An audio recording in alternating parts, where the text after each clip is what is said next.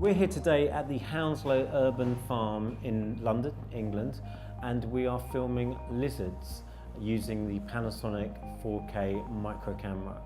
The person doing the filming today is also a zoologist, which is very useful for filming lizards.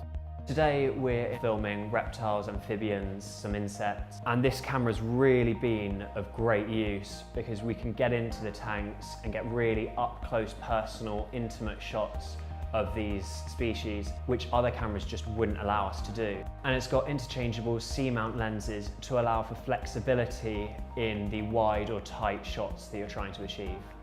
So the setup of this camera, you've got the Panasonic 4K micro camera body. That leads out into the signal cable, which then takes it into the control unit. In the back of the control unit, you've got various outputs.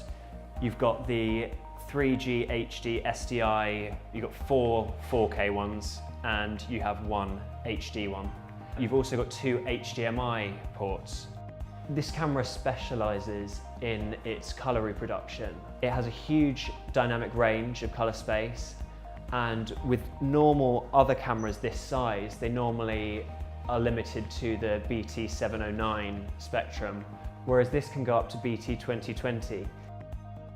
So to get this camera this small, they've cut back all the controls on the body and they've put them on the control unit.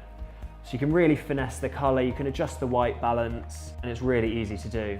You can also set up multiple, or up to 6 picture profiles, which really helps with the ease of setup at later times when you're trying to change between 2 different areas quite quickly.